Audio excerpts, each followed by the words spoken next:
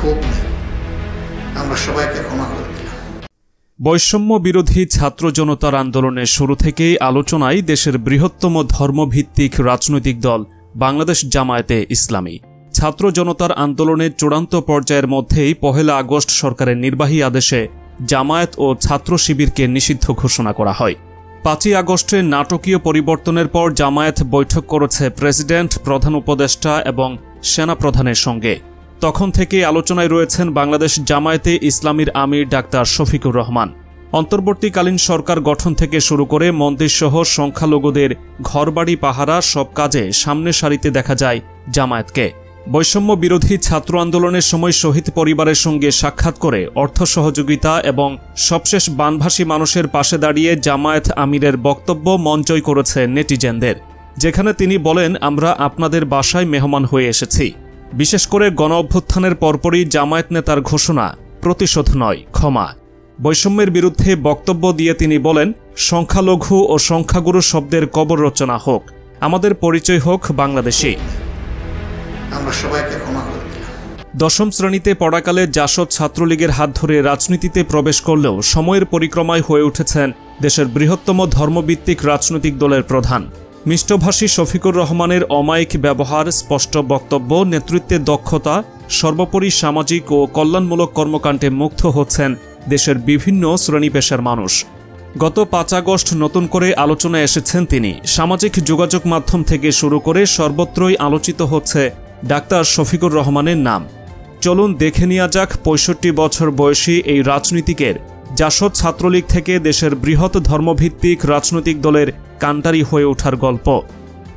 ১৯৫৮ সালের ৩১ অক্টোবর মৌলভীবাজারের কুলাউড়ায় সম্ভ্রান্ত পরিবারে জন্মগ্রহণ করেন শফিকুর রহমান।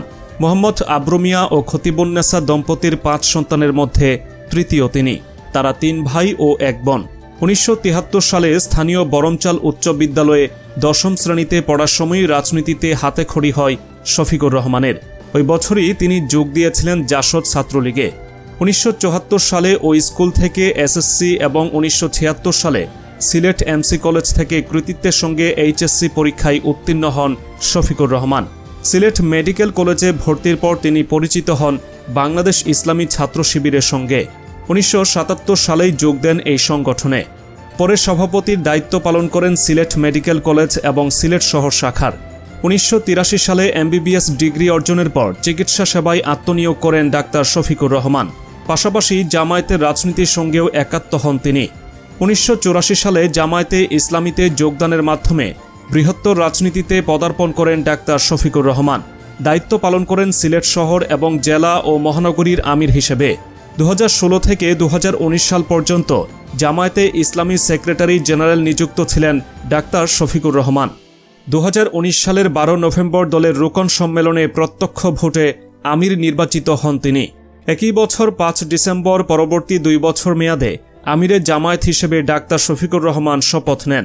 ২০২২ সালের ৩১ অক্টোবর দ্বিতীয় মেয়াদেও আমির নির্বাচিত হন তিনি।